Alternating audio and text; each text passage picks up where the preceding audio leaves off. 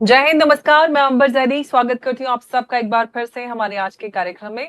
दोस्तों, पाकिस्तान के रक्षा पर दो तरफ आग लगी है। एक तरफ रावलाकोट की सड़कों पर बगावत और दूसरी तरफ बलूचिस्तान में बंदूकों की जंग। और पाकिस्तान से हजारों किलोमीटर दूर स्ट्रेट ऑफ हॉर्मुज में भी एक दुनिया की एनर्जी सप्लाई ने एक नया पावर स्ट्रगल वहां पर शुरू होते हुए देखा है।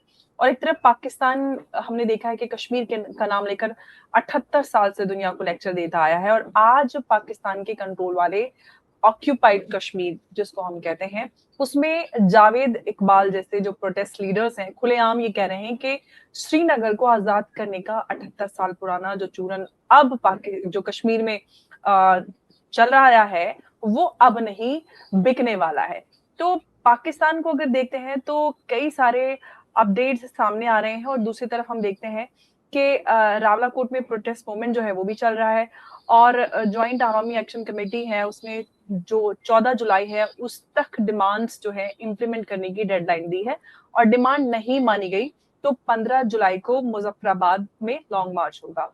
अब आटा महंगा है, बिजली की मांग है, पानी और गवर्नेंस, पॉलिटिकल राइट्स और बहुत सारा कुछ है। जो जो प्रोटेस्ट लीडर्स हैं उनके सवाल हैं और जवाब जो है वो बुलेट्स और रिप्रेशन से उनको मिलते हैं। तो सवाल ये है कि इस्लामाबाद से मेरा पहला सवाल ये है कि श्रीनगर के कश्मीर की आवाज आपको सुनाई देती है, जो कि जहां पर कोई इस तरह की आवाज नहीं, लेकिन रावलाकोट के कश्मीरियों की आवाज उनको सुनाई नहीं देती। और बार बार हम इस तरह के अपराइजिंग देखते हैं, लेकिन उनको पाकिस्तान की जो करप्ट आर्मी है वो बार बार उन आवाजों को दबा देती है पूरी तरह से। मीडिया वहां पे कंट्रोल्ड है, वहां से कोई आवाज नहीं आती, इंटरनेट वहां पे नहीं चलता है। लेकिन यहाँ पर हम सेल्फ डिटर्मिनेशन की बात करते हैं, इंडिया के खिलाफ स्लोगन्स हैं। और पाकिस्तान के कंट्रोल वाले कश्मीर में भी प्रिंसिपल की हम यहाँ पे बात करते हैं। और बलूचिस्तान की बात करते हैं तो पाकिस्तान का जो ऑफिशियल क्लेम है कि ऑपरेशन शाबान जो है उसमें उन्होंने 114 जो रेबल्स हैं या फिर उनको जिनको पाकिस्तान अलग अलग नामों से बुलाता है, जिनको मैं ऑफ कोर्स वो नाम नहीं दूंगी क्योंकि बलूचिस्तान की आजादी के साथ मैं जुड़ी हूँ और मैं उस मुद्दे को हमेशा आगे बढ़ाती हूँ। तो पाकिस्तान का एक क्लेम है और इस्लामाबाद इसे जो है वो काउंटर टेरर सक्सेस पूरी तरह से बता रहा है।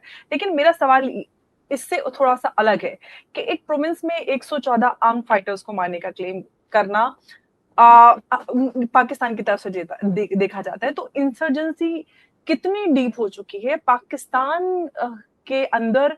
जो बलूचिस्तान में हम देखते हैं कि मिनरल्स की बात है, मिनरल्स रिच है, ग्वादर वहां पर है, अरेबियन सी का एक्सेस है, सी पैक का जैसा स्ट्रेटेजिक उसको जियोग्राफी वहां पर है। तो बलूचिस्तान के अंदर जो इतने सालों से चाहे एनफोर्स डिसअपियरेंस की बात हो या फिर हम बलोचों की जो मांगे हैं उनकी बात करते, रिसोर्स ओनरशिप की बात करें, कितने ही सवाल हैं जो बलूचिस्तान के से जुड़े हुए हैं। और अगर हम दुनिया के मैप की बात करते हैं, तीसरा जो फ्लैश पॉइंट है जिसमें हम आपकी बात करते हैं, straight of Hormuz, global oil और जो एलएनजी है उसके ट्रेड की सबसे क्रिटिकल चोक पॉइंट में से एक है। वहां पर प्रेसिडेंट ट्रंप का कहना है कि अमेरिका जो है ईरान के खिलाफ नेवल ब्लॉकेट जो है वो रीइंस्टेट करेगा और हॉर्मुज से गुजरते हुए हर कार्गो पर सिक्योरिटी कॉस्ट के नाम पर 20% रिम्बर्समेंट चार्ज करेगा। तो ट्रंप अमेरिका को स्ट्रेट ऑफ हॉर्मुज का गार्डियन बनाना चाहते हैं, जैसे कि वो कह रहे हैं। तो तीन ऐसे मुद्दे हैं जिनको मैं विस्तार से समझूंगी क्योंकि मेरी जानकारी थोड़ी लिमिटेड है और सर से बात करेंगे। आज हमारे साथ खास मेहमान है इन मुद्दों पर बात करने के लिए, मेजर जनरल सुधाकर जी। बहुत बहुत स्वागत है सर आपका। जय हिंद, नमस्कार।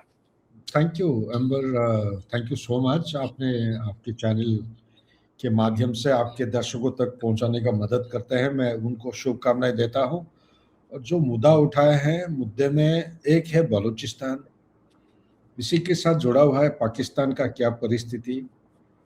दूसरी बात आ जाता है इसी के साथ, तीसरा पॉइंट जो जुड़ा हुआ है पाकिस्तान ऑक्युपाइड जम्मू कश्मीर और श्रीनगर। ये जो चूरन वाली बात बता रहे हैं, पहले तो चूरन श्रीनगर का चूरन खिलाते रहे, लेकिन अभी जो चूरन देने की कोशिश कर रहे हैं वो हजम नहीं हो रहा है, किसी का जा नहीं रहा है नीचे। सो दूसरा है स्ट्रेट ऑफ हॉर्मुज। और ग्लोबली देखेंगे ये बहुत दो महत्वपूर्ण चीजें हैं। अगर तीसरा समय होता है हम थोड़ा सा बात करेंगे शेख हसीना का जो तो ये तीन मुद्दे बहुत इंपॉर्टेंट है। ऑफ कोर्स शेख हसीना वाला भी अपडेट इंपॉर्टेंट है, हाँ, रहेगा तो of course sir it's all December dependent. जाने की प्लान कर रहे हैं, जाएंगे नहीं जाएंगे, क्योंकि ये बहुत मसला काफी काफी कॉम्प्लेक्स है।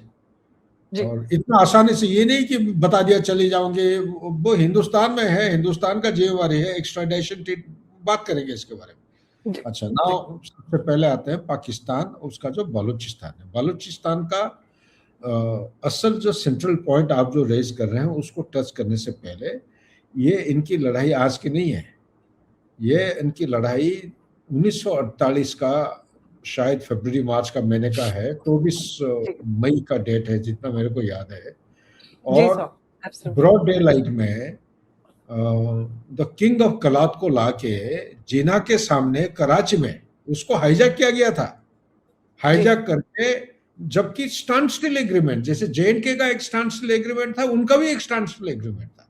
वो स्टैंड स्टिल एग्रीमेंट का ये था मतलब, ना बलोच वाले कोई हमला करेंगे इनके ऊपर, पाकिस्तान के ऊपर, ना पाकिस्तान वाले हमला करेंगे। बलोचिस्तान का उस समय पार्लियामेंट्री डेमोक्रेसी था, लोअर हाउस अपर हाउस, उनके इलेक्टेड रिप्रेजेंटेटिव्स थे।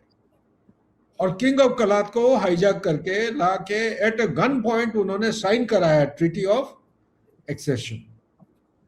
और जो साइन कराते ही 1948 से उनका जो रिवोल्ट है वो शुरू हो गया। लो इंसर्जेंसी फेस करते करते 60s 70s 80s 90s, लेकिन असली मोमेंटम जो है ये 2019 के बाद देखने में मिला है।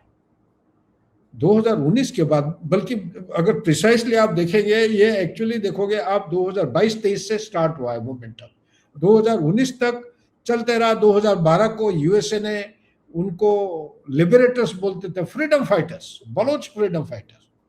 उनका कांग्रेस में एक लेजिस्लेशन हो रखा है, बिल पास हो रखा है। और वही कांग्रेस 2019 को जब डोनाल्ड ट्रंप थे, पाकिस्तान से हड़बड़ी से वो निकलना चाह रहे थे क्योंकि ये तालिबान उनको परेशान कर दिया था, तो पाकिस्तान को खुश कराने के लिए, अपीज करने के लिए, यही डोनाल्ड ट्रंप जो 2012 को उन्होंने फ्रीडम फाइटर बोला था, उन्होंने उसको टेररिस्ट बोल दिया। अभी दूसरी बात है, अभी जब सेकेंड टाइम पावर में आए हैं वो security, United nation security council में जो रेजोल्यूशन पाकिस्तान और चाइना ने इनिशिएट किए थे उनको टेररिस्ट डिक्लेयर करने के लिए, वहां पे यूएसए, यूके और 2-3 कंट्री है यूरोपियन कंट्री, मेरे ख्याल से फ्रांस है, जर्मनी, शायद 3-4 कंट्री है जिन्होंने इनकार कर दिया, यानी कि उनके साथ वोट देने के लिए इनकार कर दिया कि ये टेररिस्ट नहीं है। ठीक है ना? सो इसलिए कॉन्ट्रडिक्शंस आप देखते रहिए। और अभी क्या है, मुनीर को गोद में लेके बिठा रखे हैं। लेकिन एक चीज मैं यहीं पे कह देना चाहता हूं, शायद ये ओपन सोर्स में आया नहीं होगा, ये आप पढ़े होंगे, भूल गए होंगे। द सिविल एडमिनिस्ट्रेटिव मशीनरी और पाकिस्तान का जो chief of the army staff है, इन दोनों के बीच में इंस्टीट्यूशनल फॉल्ट लाइन इतना गहरा, मतलब फॉल्ट लाइन वाइडन होने लगा है कि जी सिविल सर। एडमिनिस्ट्रेशन उनसे सवाल पूछने लगा है।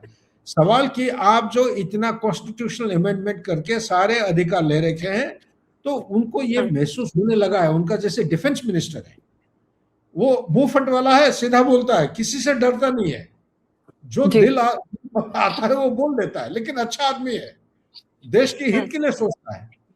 तो जी इसी तरह मेरे पास जो इनपुट आ रहे हैं, कहीं ना कहीं शेवा शरीफ और मुनीर के बीच में कहीं एक एक किस्म का टकराव जो है शुरू हुआ है। शुरू होने का कारण क्या है? ये जो पाकिस्तान ऑक्युपाइड जम्मू कश्मीर का जो एजिटेशन हो रहा है, ये जी कंट्रोल के बाहर चला गया है। आर्मी उनको काबू में ले नहीं पा रहे, सिविल उनका जो पीएमएफ बोलते हैं, पैरामिलिट्री फोर्सेस, वो तो हाथ खड़ा कर दिए हैं। अभी आर्मी के डिप्लॉयमेंट धीरे धीरे बढ़ाते जा रहे हैं। फोर्सेस कहां से मूव करा रहे हैं? इनका जो क्वेटा में है 12 कोर, वहां से साइड जी स्टेप हो जा रहे हैं। कहां पे? पाक ऑक्युपाइड जम्मू कश्मीर। रावलाकोट की तरफ। ठीक है ना? हाँ, रावलाकट की तरफ। अच्छा, ये फौज आप देखिए, बालूचिस्तान का क्या, मैं जानबूझ के ये बता रहा हूं, आप देखिए जी बालूचिस्तान में आग लगी हुई है, वहां से ट्रुप्स मूव करा रहे हैं कहां पे? उधर। हो सकता है कि रावलाकोट। हो सकता है, क्योंकि बालूचिस्तान पे अगर आप आ जाते हैं, आपका फोकस अगर बालूचिस्तान में ले लेते हैं, आपको ये देखने में मिलेगा कि 2019 छोड़िए, 2023 से लीजिए, 2023, 24, 25, 26, ये जो 4 साल है, 2024 23-24 को पाकिस्तान में विश्व में नंबर 2 कंट्री डिक्लेयर किया गया है। As what? As victim of terrorism. सबसे पहला कौन है? बुर्किना फासो, जो अफ्रीका में है। ठीक है, इसलिए किया गया क्योंकि 2024 में बिल्कुल वायलेंट किस्म की जो इंसर्जेंसी या जो एक्टिविटी हुआ था, इतने बड़ी तादाद में हुए हैं, ज्यादातर बलूचिस्तान में, खैबर पख्तूनख्वा की तरफ हुआ है, तहरीक तालिबान पाकिस्तान की तरफ से, लेकिन बलूचिस्तान की तरफ ज्यादा। उसके बाद 2025 सोच रहे थे थोड़ा सा मामला ठंडा हो जाएगा, उससे बढ़ चढ़ के और ज्यादा होने लगे। 2025 का बात अगर मैं बोल दूं, 11 मार्च 2025 को जफार एक्सप्रेस क्वेटा टू पेशावर जा रही थी। वहां पे करीब 168 या 62 किलोमीटर दूरी से क्वेटा रेलवे स्टेशन से, इसके ऊपर Majid brigade, Baloch liberation army का जो माजिद ब्रिगेड है, उन्होंने हमला किया था। ठीक ही नहीं, तो उसके बाद तो 3 बार हो चुका है ऑलरेडी। और इस किस्म के आप जो घटना बता रहे हैं अभी, जो उसका ऑपरेशन का नाम क्या है? ऑपरेशन शाबान सर। शाबान ऑपरेशन शाबान का जो लॉन्च किए हैं, वो कितने सारे ऑपरेशन अलग अलग नाम से लॉन्च करते जा रहे हैं, उसका कोई पता होता नहीं रहेगा, रिकॉर्ड भी खो डालेंगे ये लोग। तो बलूचिस्तान में तो कितने ही ऑपरेशन लॉन्च पाकिस्तान आर्मी ने किया है, ऑपरेशन ज़रबे आज़ाद, पता नहीं कितने ऑपरेशन करते हैं। और करेक्ट, उसके नाम पर सर ह्यूमन राइट वॉयलेशन होता है हमेशा, आम बलूचों को टारगेट करके मारा जाता है। 114 का जो नंबर बता रहे हैं ना, ये DGISPR का एक बुनियादी असूल है कि दुश्मन, उनके लिए बलोच लिबरेशन आर्मी दुश्मन है, तो बलोच लिबरेशन आर्मी का कैजुअलिटी का 4 से 5 गुना ज्यादा बताओ, और उनका पाकिस्तान का जो कैजुअलिटी होते हैं 4 से 5 गुना नीचे बताओ, कम बताओ। ये तो पॉलिसी है, ठीक है ना, ये कोई नई बात नहीं है। अगर 114 बता रहे हैं आप, 5 नहीं है तो 4 से डिवाइड कर लो, इतने होंगे, तो 30-35 के करीब करीब हुए होंगे कैजुअलिटी। लेकिन ये जो 42 वाला फिगर है, कल मैंने टीवी में सुना, आज भी DGISPR आए थे टीवी में, उसमें भी सुना, उन्होंने खुद अपने मुंह से बताया कि 42, काफी कैजुअलिटी में है, 42 पाकिस्तानी सोल्जर मारे गए। 42 कोई छोटा मोटा नंबर नहीं है।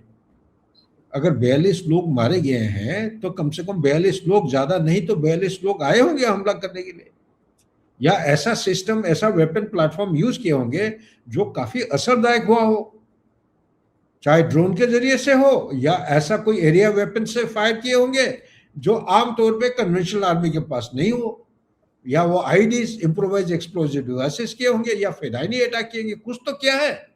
अगर क्या है, आप मान के चल सकते हैं 42 एक बड़ा नंबर होता है, 10-20 तो होते रहते हैं।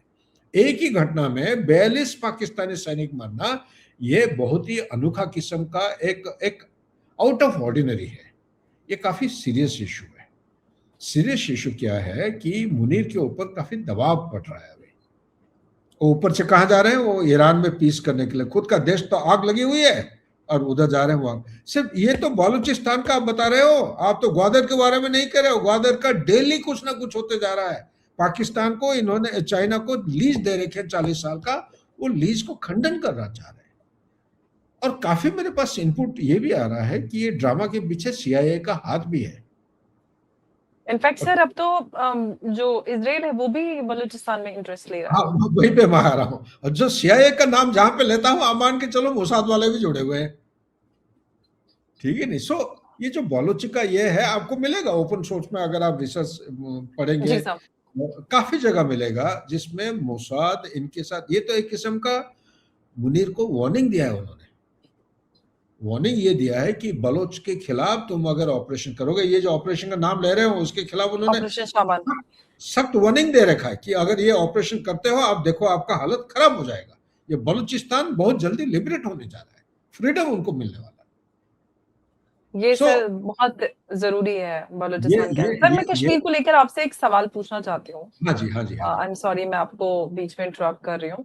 सर जिस तरह के स्टेटमेंट, या फिर मैंने जावेद इकबाल के जो 78 साल का चूरन वाला उन्होंने बात की, 78 साल से चूरन दे रहे हैं कि श्रीनगर आजाद होगा, और जो ऑफ कोर्स पूरे ही पाकिस्तान को देगा, और ना सिर्फ तो सर इस तरह के जो स्टेटमेंट्स आते हैं, वो जो पाकिस्तान का कश्मीर नैरेटिव रहा है, वो पूरी तरह से सर ध्वस्त नहीं होता, बार बार होता है, टाइम एंड अगेन हम हर साल इस तरह की अपराइजिंग देखते हैं और हर बार देखते हैं कहीं ना कहीं वो ठंडी पड़ जाती है।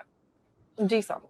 बात बिल्कुल सही है, लेकिन इस बार मेरे को, मैं इमोशनली नहीं बल्कि आप अगर साइंटिफिकली और टेक्निकली अगर एनालाइज करेंगे, इस बार जो है ये थोड़ा सा एक ट्रेडिशनल तरीके से जो पहले बोलते थे उससे कुछ हटके है। इस बार काफी ज्यादा हुआ है। ज्यादा होने का कारण पता है क्या है? क्योंकि काफी चैनल में मेन इशू को डिस्कस नहीं करते। इसका टर्निंग पॉइंट आया है, ये जो आईएमएफ बेल आउट के पास भागते रहते हैं ना, 23वां हुआ, जी 24वां, 25वां, अभी 26 बेल आउट के लिए भी बिल भाग आउट रहे हैं। पैकेज। जी जी ठीक है। तो आईएमएफ सीधा सीधा बताए कि जब तक आप ये जो रिबेट, ये जो सब्सिडीज बोलते हैं, ये सब्सिडीज नहीं आप हटाओगे तो आपका 25वां कोई $7 बिलियन का एक ट्रांच था, ये आपको जी रिलीज 7 बिलियन का, उसको पहले 1 बिलियन देना था, 1 या 2 बिलियन, उसके बाद 2 बिलियन, इस तरह करके 7 बिलियन देना था। तो जी जी वो पाकिस्तान का मेन प्रॉब्लम क्या है कि जितने उन्होंने लोन ले रखे, कुछ चाइना से ले रखे, एक्सटर्नल डेट जो है 30% of external debt is with China. 187 billion total date चल रहा है आज के दिन में। और अगर आप जुलाई के महीने में देखेंगे, चलो जुलाई छोड़ो, बहुत शॉर्ट, दिसंबर तक उनका कम से कम 37 से 42 बिलियन की जरूरत है, कम से कम। ये किस लिए? चाइना से जितने लोन लिए हैं ये कमर्शियल रेट पर ले रखे हैं, ये 4% से 6.5 to 7, कंपाउंडिंग, सिंपल इंटरेस्ट नहीं है, कंपाउंडिंग इंटरेस्ट। ठीक है ना? और उसको कंपेयर करते हैं आईएमएफ और वर्ल्ड बैंक, उसका 7.5 पहले था, अभी 0.75 हो गया शायद, लेके 1.252 तक, मैक्सिमम 2% ये होता है। प्लस इस्लामिक लोन होता है, एक इस्लामिक बैंक का जी एक सर। लोन, एक पेरिस इंटरेस्ट फ्री। वहां से लोन ले, उन्होंने छोड़ा नहीं केस है। और उसका जो इंटरेस्ट है, वो इंटरेस्ट सर्विसिंग के लिए उनको कम से कम 27 से 32 बिलियन की बहुत जल्दी उनका आवश्यक है। जी सो सर। ये जो आप कह रहे हैं, ये इसके वजह से आईएमएफ और वर्ल्ड बैंक है, उन्होंने एक गाइडलाइन दिया है कि आपको सब्सिडीज कम करना पड़ेगा। अच्छा, सब्सिडीज कहाँ पे? वो पंजाब में करे या ना करे, सबसे पहले वो पाकिस्तान ऑक्युपाइड जम्मू कश्मीर में करना चाहते हैं। वहां पे बिजली खरीदते हैं वो कितना, 2.60 रुपीज, ₹2.60, पाकिस्तानी रुपीज की बात कर रहा जी सर। हूँ। मंगला डैम से जब बिजली वो लेते हैं, खरीदते हैं, तो इतने उनका रेट है बाइंग प्राइस। और सेल कितना होता है? आप ग्राउंड में इनफॉर्मली चेक करेंगे, कोई ₹24 बोलेगा, 26। ऑफिशियली उनका होता है ₹12.60, उनसे आदाय कर रहे हैं हर एक यूनिट का। ₹2, मान लो ₹3 में खरीद रहे हैं और ₹13 उनका रिकवर कर रहे हैं, तो करीब करीब 4 गुना से ज्यादा उनसे ले रहे हैं, क्योंकि सब्सिडी हटा। इसी तरह जो फूड उनको जो सब्सिडी दिया जाता था, वो कितना 30 या 35% था, वो सब्सिडी बिल्कुल हटा दिया है। ठीक है नहीं? इसी तरह उनका ना स्कूल काम कर रहा है, ना कॉलेज काम कर रहा है, ना बिजली है, ना सड़क रिपेयर हो रहा है, ना उनका कोई सर रिपेयर की वहां पे सड़कें हैं ही नहीं, वहां पे ना सड़क है, ना अस्पताल है, सो कुछ है ही नहीं वहां पे, ऐसा कोई हालत में इंफ्रास्ट्रक्चर नहीं है। लोग जो है अभी खड़े हो गए हैं। ये जो टर्निंग पॉइंट की बात कर रहा हूँ, इस बार खड़े हो गए, क्योंकि अगर आप देखेंगे फेडरल स्ट्रक्चर, पाकिस्तान का कॉन्स्टिट्यूशन 1973 में बना था, जो लिबरेशन ऑफ बांग्लादेश की लड़ाई के बाद। उस कॉन्स्टिट्यूशन के मुताबिक पाकिस्तान ऑक्यूपाइड जम्मू कश्मीर ये इनका इंटीग्रल पार्ट नहीं है। So yes technically, sir. Legally, constitutionally देखते हैं, और जब तक एक हिस्सा देश का हिस्सा नहीं होता है, देश का जब बजट एलोकेशन, फाइनेंस डिपार्टमेंट का ना बजट एलोकेशन होता है, जब तक उसका हिस्सा नहीं बनेगा, पूरा देश के लिए एक पर्टिकुलर मेथड ऑफ कैलकुलेशन होता है। और पाकिस्तान ऑक्युपाइड जम्मू कश्मीर, गिलगिट एंड बाल्टिस्तान के लिए दूसरे किस्म की होता है। इसीलिए सोशियो इकोनॉमिक डेवलपमेंट के लिए रोटी, कपड़ा, मकान, बिजली, पानी, सड़क, उसके बाद जो भी स्कूल, कॉलेज, हॉस्पिटल वगैरह वगैरह, आप उसके बाद डिजिटल सोन सो जितना आप चढ़ाते जाओ, उसके लिए कोई उसका नजर नहीं डाल रहा है, कोई डेवलपमेंट नहीं है। उसी के साथ बातें तो छुप के नहीं रहते हैं। अगर वो पहाड़ी के इस तरफ देखते हैं, खबर तो पहुंच जाते हैं, लोकल आपस में बात होते रहता है उनका मोबाइल पे। सामने से दिख जाता है, नदी के पार इधर से उधर बात कर लेते हैं लोग। भाई इतना बड़े बड़े नेशनल ट्रेन, ये जो ट्रेन लाइन जफार एक्सप्रेस के बाद अप्रैल 2025 को उन्होंने बड़ा जबरदस्त प्लान किया था। ये जो पहलगाम अटैक वो होने से पहले 22 अप्रैल से पहले कोई एक डेट था, 14 अप्रैल या 15 अप्रैल, उन्होंने प्लान किया था ये जो चेनाब ब्रिज के ऊपर, जो चेनाब के ऊपर ब्रिज बना हुआ है, उसके ऊपर वो हमला करेंगे।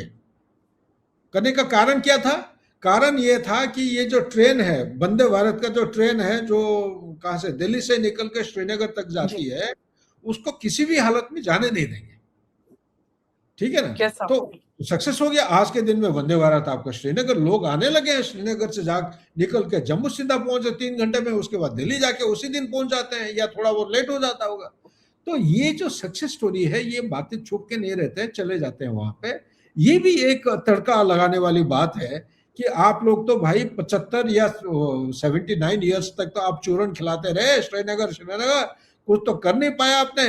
अभी भाई वो चूरन आप खुद ही खाओ, हम तो भैया जा रहे हैं हिंदुस्तान। लेकिन ये खुलासा अभी तक मुंह से नहीं आया है कि हम चल रहे हैं हिंदुस्तान की तरफ। जब तक कि उनके मुंह से नहीं निकलेगा, मैं कह रहा हूं हिंदुस्तान का सरकार को इसके बारे में सीरियसली सोचना चाहिए। आपको स्टेटस मालूम है जम्मू कश्मीर का, आपने एब्रोगेट किया है 370 आर्टिकल और 35 अल्फा को, नया मैप आपने शुरू किया है और यूटी आपने डिक्लेयर कर रखे हैं। स्टेटहुड अगर अभी डिक्लेयर नहीं कर पा रहे हैं, इलेक्शन आपने किया है जेएनके में, अगर इलेक्शन आपने कर रखा है तो इलेक्शन के जो 24 सीटें अभी स्टेट असेंबली का 24 सीटें खाली है, ये पाकिस्तान ऑक्यूपाइड जम्मू कश्मीर गिलगित बाल्टिस्तान का जो वैकेंसीज हैं, इसको आप फिलअप करिए। जरूरी नहीं है कि लोग बूथ में आके कोई वोट देगा तब जाके, आजकल ऑनलाइन हो रहा है, आजकल सोशल मीडिया से भी कोई कोई जगह शुरू कर दिए हैं, या एटलीस्ट सोच भी सकता है। तो ये आप कर सकते हैं। ये जो छोटा छोटा बेबी स्टेप जो ले रखे हैं, जैसे कि इंडियन मेट्रोलॉजिकल डिपार्टमेंट, वो सुबह और शाम को, मेरे ख्याल दिन में एक बार होता है वेदर रिपोर्ट, तो वेदर रिपोर्ट में आप दिखा रहे हो गिलगित दिखा रहे हो, बाल्टिस्तान दिखा रहे हो, शख्स कम वेदर भी है आपका पाकिस्तान ऑक्यूपाइड जम्मू कश्मीर जो है, वहां पे मुजफ्फरबाद, कोटली, मीरपुर, ये सारे जगह आते हैं। तो आप ये चीज क्यों नहीं करते हो? इलेक्शन हुआ पिछले, हम तो उम्मीद कर रहे थे इलेक्शन होगा, डिलिमिटेशन हो चुका है, क्यों नहीं कर रहे हो? तो इसके बारे में सरकार को सोचना चाहिए। हो सकता है कि कोई पॉइंट हो जो हमें नहीं मालूम है। दूसरा चीज में आप लोगों को जोड़िए। मैं कह रहा हूं टेक्निकली स्पीकिंग, अनलेस कोई अगर कोई इंटरनेशनल लॉ अगर इसके खिलाफ हो, जो मेरे दिमाग में आ रहा है, अरे मोबाइल नंबर आपका 91 है, आप कह रहे हो ये हमारे आदमी है, हमारे लोग हैं, आप मोबाइल का नंबर 92 के, उनका पाकिस्तान का 92 है प्लस 92, आप 91 क्यों नहीं कर देते उनको? तीसरी बात बताना चाह रहा हूं कि जोड़ने का ना, कि वो क्वाडकॉप्टर और ड्रोन्स भेज रहे हैं, हथियार और काउंटरफिट करेंसी, तो मैं कह रहा हूं भाई हम ड्रोन्स नहीं भेजेंगे, बारूद नहीं भेजेंगे, काउंटरफिट करेंसी नहीं देंगे, उनको दवाई देंगे, कपड़े देंगे, खाने का सामग्री मिलेगा, पढ़ने का किताब भी देंगे। ठीक है ना? ये आप ड्रोन के जरिए से उनके साथ कनेक्ट क्यों नहीं कर रहे हो? जब से इमरान खान के टाइम में, आपको ध्यान होगा अंबर, इमरान के टाइम में उन्होंने लाइन ऑफ कंट्रोल के साथ चंद एक पॉइंट्स थे, चेक पॉइंट, क्रॉसिंग पॉइंट्स होता था, वो खुला होता था, टू एंड फ्रो मूवमेंट होता था, पीपल टू पीपल कॉन्टैक्ट। वो देखा कि टेररिज्म इसी के जरिए से अंदर आ रहे हैं, जा रहे हैं, वो फिर बंद कर दिया गया। मैं कह रहा हूं कि अभी मामला काफी इम्प्रूव हो रहा है, परिस्थिति जम्मू कश्मीर में काफी इम्प्रूवमेंट है। डॉक्ट्रिन अब an act of terror to be treated as an act of war, strategic restraint से हम स्ट्रेटेजिक पनिशमेंट की तरह ऑलरेडी शिफ्ट हो चुके हैं। देश का इरादा पक्का दिखा दिए हैं ऑपरेशन सिंदूर के दौरान। अभी करके देखें तो कहीं ना कहीं आपको तो थोड़ा सा अंदाज लगा कि आगे की तरफ बढ़ना है। बिल्कुल डीप फ्रीजर के अंदर बैठ के रहेंगे बर्फ बन के, तो ये आगे की तरफ प्रगति नहीं हो। मैं नहीं कह रहा हूं कि पाकिस्तान ऑक्यूपाइड कश्मीर को अभी जाओ कब्जा करो, नो, बिल्कुल, लेकिन सर कुछ ऑफ कोर्स कुछ स्टेप्स लेने पड़ेंगे। और सर मैं डोनाल्ड ट्रंप के स्टेटमेंट के ऊपर आती हूँ, क्योंकि हमने पाकिस्तान, कश्मीर, बलूचिस्तान की काफी बात करी है। सर प्रेसिडेंट ट्रंप के जो प्रपोज्ड 20% कार्गो रिइंबर्समेंट की वो बात करें, इंटरनेशनल किस लीगल बेसिस पर वो बात करें, और अमेरिका किस अथॉरिटी के अंडर इंटरनेशनल शिपिंग से ये परसेंटेज और ये सारा पेमेंट डिमांड करने की बात कर रहा है? सर थोड़ा सा मैं आपसे इस पे ये चाहती हूँ मैं कि आप इंटरनेशनल लॉ, मैरीटाइम लॉ जो है सिर्फ एक डॉक्यूमेंट है, वो है अनक्लॉज बोलते हैं, ठीक है, United Nations Convention on Laws of the Sea 1982, उस पे जी। यूएस सिग्नेटरी नहीं है, अभी तक साइन नहीं किया है। हम्म। ईरान साइन किया है लेकिन रेटिफाई नहीं हुआ है। वो किताब कहता है या डॉक्यूमेंट कहता है कि choke points like Strait of Hormuz will be treated as international waters. उसका मीनिंग ये है कि जब भी कोई देश के साथ कोई दरिया जुड़ा हुआ है तो उसका कुछ एरिया को टेरिटोरियल वाटर कहते हैं, कुछ कहते हैं इनलैंड वाटर, कुछ कहते हैं आपका इनलैंड से स्टार्ट होता है, टेरिटोरियल को होता है वो 12-12 नॉटिकल माइल बढ़ते जाता है इस तरफ, और एक आता है आपका एक्सक्लूसिव इकोनॉमिक जोन जो कि 200 नॉटिकल माइल यानी कि 387 के करीब, एक nautical mile is around 1.9 kilometre, अगर उसको मल्टीप्लाई करोगे ये तकरीबन इतना आता है 387 के करीब करीब किलोमीटर होता है। तो इतने किलोमीटर तक आप पानी के अंदर जाके आप इकोनॉमिक एक्सप्लोरेशन एक्सप्लोइटेशन या आप उसको डेवलप जो भी करना चाहते हो, गैस आपको रिकवर करना है, मिनरल्स पानी के नीचे हो, ठीक है नहीं, सो ये सारी चीजें आप सबमरीन केबल लेक करना चाहते हो वो भी कर सकते हो, अपना डेवलपमेंटल एक्टिविटी के लिए ये इंटरनेशनल लॉ कहता है, ठीक है ना। लेकिन इसका अनोखापन क्या है कि ये जो स्ट्रेट ऑफ हॉर्मुज है ये 300 किलोमीटर तक नहीं जाता है, 200 तक नहीं जाता है, उसका जो चौड़ाई है 39 किलोमीटर या 38 टू 39 जी। 38 टू 39 जिसके साथ कंटिग्यूस है, तो टेक्निकली स्पीकिंग अगर आप कोई एक कुदरत इंटरप्रिटेशन लगे तो कोई भी देश बोलेगा ये तो मेरा इनलैंड नहीं टेरिटोरियल वाटर की हिस्सा है ये, ठीक है नहीं। लेकिन उसने क्लैरिफाई किया है कि ये जैसा है बबल मंडप है, इसी तरह मलक्का आ जाता है, इस तरह है 5-6, ज्यादा नहीं तो 5-6 तो है चोक पॉइंट्स हैं, तो इसके बारे में वो डॉक्यूमेंट कहता है कि इंटरनेशनल वाटर माने जाएंगे। जब अब लड़ाई तो आपने ही शुरू किया था, किसी से पूछा नहीं, किसी के साथ सलाह मशुरा नहीं किए, अनप्रोवोक्ड इलीगल वॉर स्टार्ट किए, उससे पहले स्ट्रेट ऑफ हॉर्मुज बड़ा आराम से चल रहा था पीसफुली, आपने ही तो लड़ाई की वजह ऐसा शुरू किया। अभी जो भी कुछ बयानबाजी कर रहे हैं ये इंटरनेशनल लॉ के मुताबिक ये टेनेबल नहीं है, मैं साफ करना चाहता हूँ। ये ड्रामेटिस्ट है, ये नौटंकबाज है, इसका खुद की बात क्या कह रहा है क्या नहीं, मैं I am sorry I should not से दिस, और ये भी कहता हूँ I am a great admirer of Trump, इसलिए नहीं कि वो बेवकूफ़ी कर रहा है, इसलिए क्योंकि इलेक्शन के टाइम में उसके ऊपर 2 या 3 बार असैसिनेशन अटेम्प्ट होने के बावजूद जब उसके कान के बीच में से पेंसिल्वेनिया में कोई कैंपेनिंग के टाइम में गया एक बुलेट, उसके बाद वो 80 साल का है यार, अभी जो हिम्मत के साथ वो आगे लड़ रहा है ये कोई देखने लायक एक लीडरशिप क्वालिटी है, इसलिए मैं उसको एडमायर करता हूँ। लेकिन जनवरी 2025 के बाद जो ड्रामा कर रहा है ये बेवकूफ है, ये पता नहीं कैसे प्रेसिडेंट बन गया है।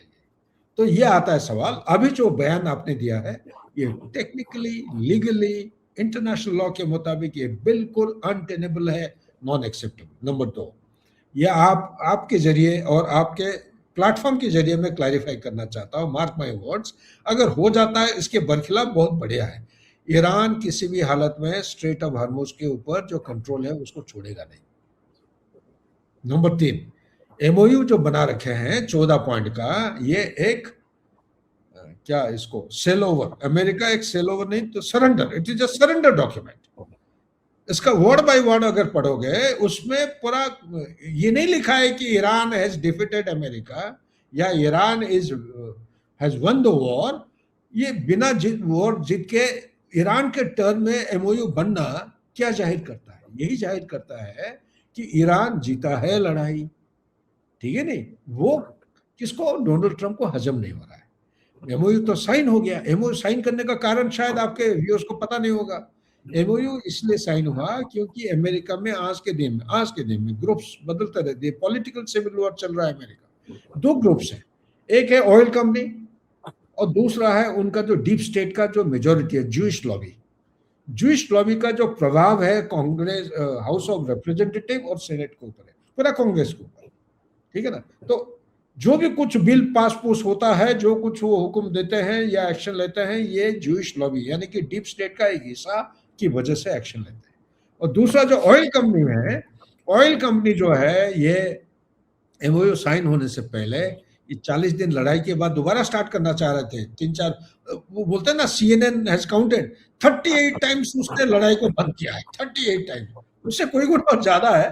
बट इशू में ये कहना चाहता हूं, जो ऑयल कंपनी आके उनको बताया कि देखिए ट्रम्प साहब, अगर आप ये लड़ाई को समाप्त नहीं करेंगे, अगर वहां से निकल के नहीं आते हैं, तो आप पूरा विश्व, सिर्फ अमेरिका नहीं, पूरा विश्व को ग्लोबल रिसेशन नहीं, डिप्रेशन की तरह ले रहे हैं, जो 1932 में हुआ था जी। और जिसका एक कारण बन गया वर्ल्ड वॉर 2 बनने का कारण था 1932 का डिप्रेशन। जी। ठीक है, तो आप उस तरफ ले जा रहे हो, तो क्या आप चाहोगे वर्ल्ड वॉर करना? नहीं यार, तो फिर एमओयू साइन करो, किसी भी तरह कर कुरा के ऑफ राम। जैसे ही एमओयू साइन हुआ तो जूश लॉबी जाके पीछे पड़ गया, अरे यार तू क्या साइन करके पूरा सरेंडर कर दिया उधर, तो इजराइल को रखा क्यों फिर? तो बीच में क्या हो, फंस गया हो। तो एमओयू साइन तो कर दिया, तो भाई एमओयू से निकलने का क्या तरीका है? एमओयू का एक क्लॉज नंबर 5 है, सीरियल 5 कहता है क्लियरली कि strait of Hormuz initial agreement sign होने के बाद जो फॉलोइंग 60 डेज है, वो फॉलोइंग 60 डेज में control the strait of Hormuz का जो उसका भाषा यूज जो है, manage, will manage strait of Hormuz, Iran will manage. अब मैनेज का मतलब क्या है? लड़ाई चल रही है, जहाज जो अंदर आएंगे बाहर जाएंगे, उसको कोई गिनती करेगा, कोई बोलेगा हाँ भाई तू जा, तेरे लिए पास है, लेन है आगे, नहीं तो वो टक्कर करेंगे, उधर एक्सीडेंट होगा, रास्ता पूरा क्लोज हो जाएगा। कोई तो कंट्रोल करेगा उसको। मैनेज का मतलब कंट्रोलिंग करना। तो ऐसा हालत में, क्योंकि जो कहानी आपको मैंने बताया, कहानी नहीं है, हकीकत है, और उन्होंने किया ओमान की तरह, ये चैनल है ईरान की तरह। चैनल के 2 हिस्से हैं, एक इनकमिंग वेसल और एक आउटगोइंग वेसल, दोनों के बीच में 3-3 किलोमीटर का गैप है, बीच में 3 किलोमीटर का दोनों के बीच में गैप आता। ये ईरान का कोस्ट लाइन की तरफ है, और ईरान का coast line strait of Hormuz फैला हुआ है, 145 से 190 किलोमीटर का चौड़ाई है, और उनका जो कटिंग है पूरा पहाड़ी, पूरा रगेड माउंटेन्स है, क्लिफ्स है, और क्लिफ्स के ऊपर वेंटेज पॉइंट है, और वो सारे वेंटेज पॉइंट के साथ टनलिंग हो रखा है, और डिकॉज डिप्लॉय कर रखे हैं। वो शूट करते हैं और स्कूट करते हैं, वहां से भागते हैं। तो ये जो बोलते हैं ना 114 टारगेट डिस्ट्रॉय हो गया, वो पिछले 40 दिन के लड़ाई में हजारों में उन्होंने गिनती कर दी है। अरे भाई, जब कोई टारगेट पे हो तब तो आप डिस्ट्रॉय करोगे, वो तो डिकॉज पड़ा है उधर। और दूसरी बात यह है कि जब यूएस का नाम था ही नहीं, ईरान इसको ले रहा है कि ये अंडरमाइन कर रहे हैं। कहा, जो ओमान की तरफ जो चैनल में 40 या 36 कोई वेसल्स ऊपर नीचे हुए हैं, तो ये ईरान का अथॉरिटी को अंडरमाइन करने के लिए ये कोशिश की है। अभी जो भी भाषणबाजी हो रहा है, वो बोलना चाह रहे हैं कि नहीं, स्ट्रेट ऑफ हॉर्मुज को हम फुल कंट्रोल कर रहे हैं। और कैसे कंट्रोल करोगे? उसका ज्योग्राफी इस तरह बना हुआ है, ज्योग्राफी को कोई कंटेस्ट नहीं कर सकता है। ईरान हमेशा इसको ये डोमिनेट करते रहेगा, इसी के हाथ में रहेगा, और यूएस, ये अभी फिर से लड़ाई एस्केलेट होगी। और ध्यान रखिएगा, अमेरिका का जो स्टॉक पाइल है, चाहे टॉमहॉक मिसाइल हो, चाहे पेट्रोट मिसाइल हो, चाहे इंटरसेप्टर और कुछ हो, चाहे रडार हो, कोई भी हथियार के बारे में, स्टॉक पाइल का लेवल उसका इतना डिप्लीट हो गया है, डेंजरस लेवल हो गया है कि उसके आगे वो फायर नहीं कर सकते। कॉस्ट तो है ही है, बहुत महंगा है। एक ड्रोन को मारने के लिए, एक ड्रोन बनाने के लिए $20,000 चाहिए, उसको नकारा करने के लिए या न्यूट्रलाइज हवा में करने के लिए आपको 2 से 3 मिसाइल फायर करना पड़ता है। एक मिसाइल का कॉस्ट है $4 मिलियन, 3 मिसाइल का हो जाता है 12 मिलियन। या इंटरसेप्टर से मारते हो तो एक इंटरसेप्टर का कॉस्ट है 1.1 million to 11 million dollar. Advance interceptor करीब $111 मिलियन का है। एक इंटरसेप्टर से आप नकारा नहीं कर सकते, वहां पे भी 2 से 3 फायर करना पड़ेगा। तो अब अंदाज लगा सकते हैं cost in terms of money कितना है। दूसरी बात है उनका rare earth element. Sir in fact sorry आपकी बात कर रहे रिपोर्ट्स, एक रिपोर्ट मैंने सर आज ही पढ़ी थी कि अमेरिका के पास जो हथियार हैं और जो सारी चीजें हैं, थार्ड और ये सारी चीजें बिल्कुल उनके पास नहीं है, तो वो प्रोलॉन्ग नहीं कर पाएंगे इस पूरे कॉन्फ्लिक्ट को। हाँ, वही तो कह रहा हूं मैं। ये एक तो हो गया कॉस्ट फैक्टर, दूसरा जो है उनका कंप्लीट डिफेंस इंडस्ट्री हाथ खड़ा कर दिया है। क्यों खड़ा किया है? एक इंटरसेप्टर बनाने के लिए आपको 1.5 to 3 इयर्स का टाइम की जरूरत है। टॉमहॉक मिसाइल आप बोलते हो, एक साल में मुश्किल से ये 84 टॉमहॉक मिसाइल निकालते हैं, एक साल में। सर्च कैपेसिटी है ही नहीं। और जब तक ये सारे चीजें बिना रेयर अर्थ एलिमेंट, जो चाइना लेके बैठा 90 to 97% डोमिनेट कर रहा है, चाइना उसको वेपनाइज कर रखा है, वो नहीं दे रहा। उनका 1 साल का एग्रीमेंट है, अक्टूबर 2025 से लेकर अक्टूबर 2000 सितंबर एंड 2026 तक। तो ये जो जी एग्रीमेंट है इसमें भी चाइना खेल खेल रहा है, क्योंकि यूएस को वो भी ट्रस्ट नहीं करते हैं। डोनाल्ड ट्रंप कुछ कहता है, कुछ करता है, कहीं पे कोई एग्रीमेंट साइन किया है उसी को वो नकारा कर देता है, विड्रॉ कर लेता है। तो ऐसा हालत में आप देखेंगे कि ये एक्चुअली लैक ऑफ ट्रस्ट का गेम है। डोनाल्ड ट्रंप अपने आप को सुधार नहीं सकता है, वो आदत से बिगड़ा हुआ है, और इस किस्म का चीज है ये, यहाँ से निकलना बहुत ही मुश्किल होगा। मुझे लग रहा है ये यूक्रेन रशिया की लड़ाई जैसे खींचती जा रही है, ये भी लड़ाई आगे तक खींचती जाएगी, चाहे वो मिड टर्म इलेक्शन हो या ना हो, चाहे हारे वो जीते, प्रेसिडेंट तो रहेगा अगले 4 साल तक, लेकिन एक पपेट प्रेसिडेंट बन के रहेगा जैसे बाकी प्रेसिडेंट होते हैं। मिड टर्म इलेक्शन के बाद सारे यूएस के प्रेसिडेंट ज्यादातर देखेंगे बड़ा हल्का पुला हो जाते हैं। उनका टीआरपी या उनका जो क्या बोलते हैं, पॉपुलैरिटी पॉपुलैरिटी रेटिंग जो है वो काफी कम हो जाता है। तकरीबन जी सारे प्रेसिडेंट का यही हालत होता है, मिड टर्म तक लास्ट जी करते हैं, उसके बाद पूरा एकदम डामाडोल हो जाता है। यही होने जा रहा है। और जितने भी लेजिस्लेट होना है, लॉ पास होने हैं, ये एक्चुअली उनके ऑपोजिशन के मुताबिक सब कुछ पास होगा, और क्या। जी अल्टीमेटली मैं कह रहा हूं, ईरान से निकलने का तरीका सिर्फ एक ही है, हाउस ऑफ रिप्रेजेंटेटिव और सेनेट एक लॉ पास करें, और वो लॉ के मुताबिक उनको पूरा डिसकंटिन्यू करें कि चाहे जो भी कुछ हालत हो, आप एब्रप्टली वहीं से यू टर्न करके वापस, बाकी बाढ़ में जाने दो, ईरान को मरने दो, उनके इजराइल को साला अपना लड़ाई करने दो। आपको कुछ लेना देना नहीं है, आपका देश इधर जल रहा है, लोग मर रहे हैं, रेट आपके बढ़ रहे हैं, इन्फ्लेशन पता नहीं कितना बढ़ती जा रही है। तो आप फालतू का काम मत करो, वापस आइए। बिल्कुल ये बहुत जरूरी है, क्योंकि अभी ये जो है पूरा कॉन्फ्लिक्ट जो है वो प्रोलॉन्ग होता हुआ नजर आ रहा है। लेकिन हम दोस्तों पीओके की बात करते हैं, पीओजे के, पाकिस्तान ऑक्यूपाइड जम्मू कश्मीर बलूचिस्तान और स्ट्रेट ऑफ हॉर्मोज, 3 अलग कॉन्फ्लिक्ट हैं। लेकिन इनको लीगली या पॉलिटिकली एक कैटेगरी में रखना जो है वो गलत होगा। लेकिन तीनों में एक फंडामेंटल वर्ड जो है वो मिलता है, कंट्रोल। पाकिस्तान ऑक्यूपाइड जम्मू कश्मीर में पाकिस्तान जो है वो पॉलिटिकल कंट्रोल मेंटेन करना चाहता है। बलूचिस्तान में वो अपनी टेरिटोरियल और जो सिक्योरिटी कंट्रोल है वो भी चाहता है। लेकिन ईरान हॉर्मूज पर स्ट्रेटेजिक लेवरेज चाहता है, और अमेरिका पूरी सीलेन पर सिक्योरिटी कंट्रोल जो है वो एस्टेब्लिश करने की बात कर रहा है। लेकिन इतिहास से दोस्तों एक लेसन हमें बहुत सिंपल होके मिलता है कि कंट्रोल और जो लेजिटिमेसी है वो दोनों एक चीज नहीं है। पाकिस्तान रावलाकोट में सिक्योरिटी फोर्सेस डिप्लॉय कर सकता है, लेकिन 78 साल पुराना जो वो नैरेटिव है उस पर पब्लिक फेथ जो है, वो कमान जो है वो किस तरह से रिस्टोर करेगा, ये बहुत बड़ा सवाल है। लेकिन पाकिस्तान की हम बात करते हैं, पाकिस्तान जो है बलूचिस्तान में 114 बलोचों को मारने की बात करता है, वो क्लेम कर सकता है। लेकिन पॉलिटिकल एलिमिनेशन का जो आंसर है वो सिर्फ बॉडी काउंट नहीं हो सकता।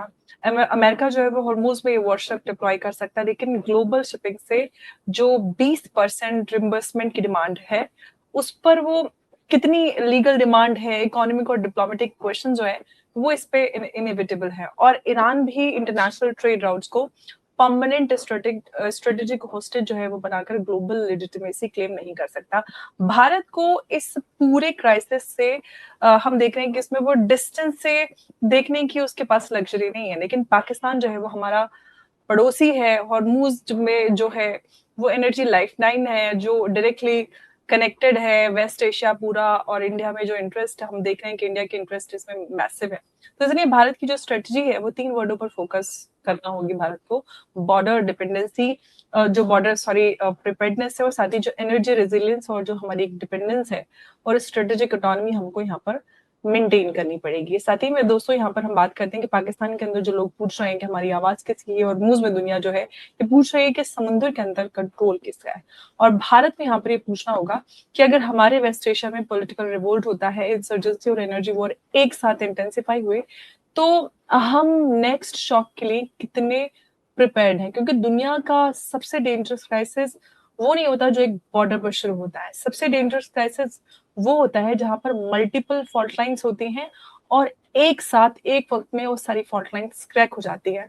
तो भारत के सामने बहुत सारे चैलेंजेस हैं और भारत को मल्टी लेवल पर इन सारी चीजों के लिए प्रिपेयर्डनेस की आवश्यकता है। सर बहुत धन्यवाद आपका इस चर्चा में हमारे साथ जुड़ने के लिए। नमस्कार, जय हिंद, जय भारत।